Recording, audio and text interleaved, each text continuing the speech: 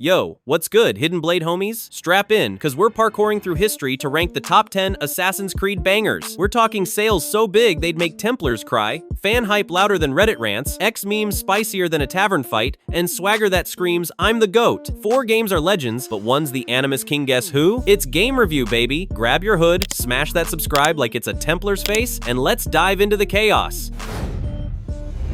1. Assassin's Creed 3. AC3 is like a history class you meant to ace, but doodled muskets instead. Set in the American Revolution, it sold 12 million copies wild. The 1,776 vibe with Lexington battles and forest slaps, Haytham Kenway's a suave Templar stealing the show, and naval combat's a salty blast that birthed Black Flag. But Connor? Bro's got the charm of a wet sock compared to Ezio. Story drags like a musket reload, side quests are hunt rabbits, snoozes, and parkour's so clunky Connor's stuck in trees more than my Wi-Fi drops. Reddit loves his tragic roots, but X memes Haytham carrying the game. IGN skips it. Games Raider Plus roast the clunk. I give it a C. Cool setting, but dull hero and slow pacing keep it famous, not iconic.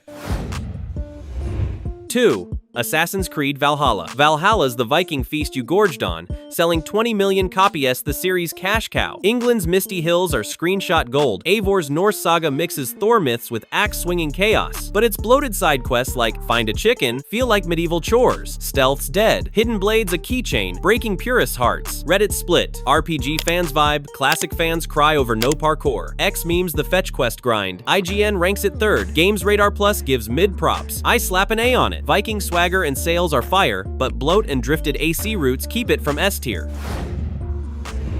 3. Assassin's Creed Revelations. Revelations is Ezio's final ride, and Broit's like your cool uncle grew a beard, got wise, and started dropping emotional life advice between parkour stunts. Set in Constantinople, the vibes are peak postcard, rooftops begging for flips, markets buzzing harder than your PS4 fan in summer, and that hook blade? Basically the assassin version of a grappling hook meets zipline meets flex. The story goes full emotional damage, connecting Ezio and Altair like a time-traveling therapy session. It's deep, dramatic, and hits you with the feels when you least expect it. But then Boom Tower defense minigame, out of nowhere. It's like Ubisoft asked, what if we made the worst part of the game mandatory? Rage, quit levels, critical. Still, everything else slaps. Ezio's farewell is classy, heartfelt, and way more memorable than it gets credit for. I'm giving it an A. It's got big dad energy, soul, and parkour spice, just wish it hadn't tried to be Clash of Clans for 5 minutes.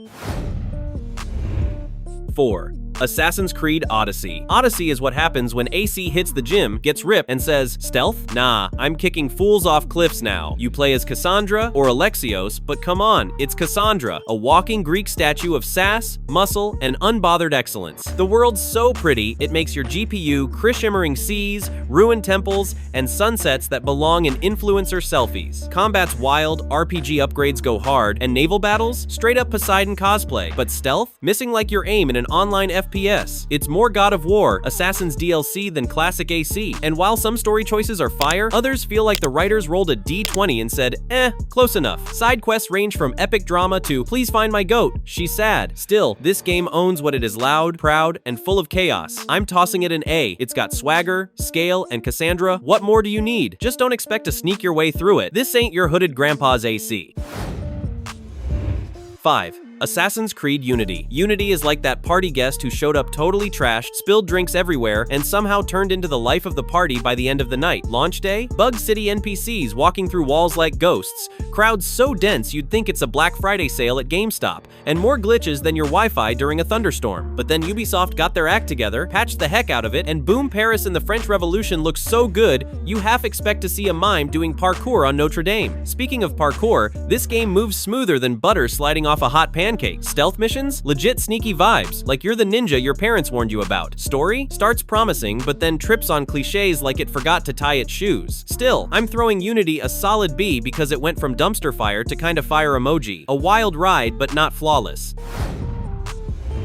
6. Assassin's Creed Mirage. Mirage is Ubisoft's "Okay stealth fans, we hear you" moment, like a ninja sneaking back to 2007 with a whole lot of attitude. You play Bassam, sliding through Baghdad's bazaars like he's auditioning for Assassin's Got Talent. Reddit's hyped. Folks are shouting, stealth's back, baby! Even though it only sold about 5 million copies, small potatoes next to the RPG giants, it's got that cozy, back-to-basics, vibe-type parkour, sneaky stealth, and a city bustling enough to lose your friends, but not enough to lose your mind. Built on Valhalla's engine, so yeah, sometimes it feels like the side quest your parents ask about at family dinner short and a bit forgettable, but stealth lovers adore it like it's the second coming of the hidden blade. I'm giving it a B. It's like that reliable buddy who doesn't party too hard, but always shows up when you need him.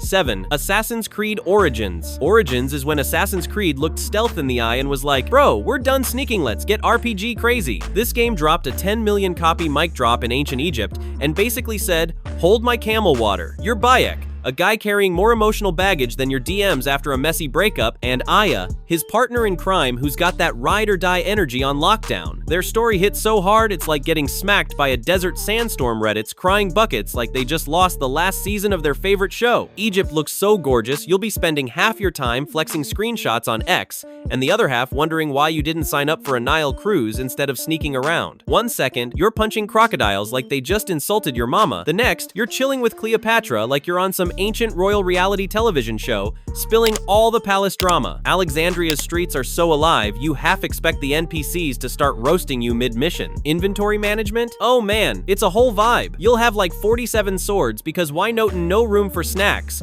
which is honestly a tragedy. Fighting Egyptian crocs while hangry? Not ideal. Combat and exploration are lit. With a world so huge and detailed, you'll get lost and blame it on the heat. The RPG mechanics add fresh spice, turning what was once a sneaky stab game into a full-on epic adventure. So yeah, Origins gets a big fat S from me. It flipped the Assassin's Creed script through a pyramid party, and then set the whole thing on fire in a totally good way. If you want a game that's part history lesson, part soap opera, and part how many swords can this guy carry before he breaks his back? Madness, Origins is your golden ticket to gamer paradise. 8. Assassin's Creed 4. Black Flag. Black Flag is the pirate party that never ends Edward Kenway's 15 million copy Caribbean Bender, where sea shanties get stuck in your head worse than that one annoying TikTok song. Naval battles make you feel like a swashbuckling legend, until you accidentally ram your own ship and blame it on lag. The world's so vibrant, you'll spend half your time dancing with pirates or chasing treasure instead of, assassinating stuff. The map's so huge, you'll swear you need a GPS and a coffee break just to get from point A to B. Edward's rogue to hero arc is solid, but some land missions drag longer than a parrot repeating, Polly wants a cracker. I'm slapping an S on this because it's the pirate game that stole our heart sand, maybe our loot. Are you ready? 9. Assassin's Creed Brotherhood. Brotherhood's Ezio is basically Rome's biggest flex, strutting around like he's got a Renaissance TikTok with 1 million followers. Selling 8 million copies, it's like AC2, but on steroids you get to recruit your own assassin squad, basically building a sneaky little mafia. And the multiplayer? Imagine Templar hide and seek, but with way more stabbing. Rome looks so good it might just steal your Wi-Fi. Cesare Borgia's villain smirk is so savage Reddit wants to frame it. Ezio's one-liners? Straight up rom-com gold. Yeah, some side missions drag like your uncle at a family BBQ, but overall, this game is straight S-tier assassin vibes. 10. Assassin's Creed 2. AC2 is the godfather of the Syria's Ezio Auditore, Renaissance Italy, and a story that hits harder than your caffeine crash after pulling an all-nighter. Sold 9 million copies, it basically invented open-world cool before it was cool. Ezio's glow-up from reckless teen to master assassin is like a soap opera, but with way more stabbing and less crying. Reddit calls it life coaching with swords. And who doesn't love punching a pope? Italy's cities Florence, Venice are so vibrant, you half expect Leonardo da Vinci to pop out and hand you a selfie stick. Parkour might be a little old school now, but the vibes are forever fresh. This one's a solid S tier because it set the gold standard for all AC games to come. And there you have it, the top 10 Assassin's Creed games, packed with all the hood-wearing, ship-sailing, rooftop-running, Viking axing madness you could ask for. Did your favorite make the cut, or are you ready to yeet me into a hay bale with some spicy comments? Drop your rankings below, I'm ready for the roast. Smash that like button, hit subscribe, and ring that bell for more gaming chaos. Thanks for watching, and I'll catch you in the next one. Stay sneaky!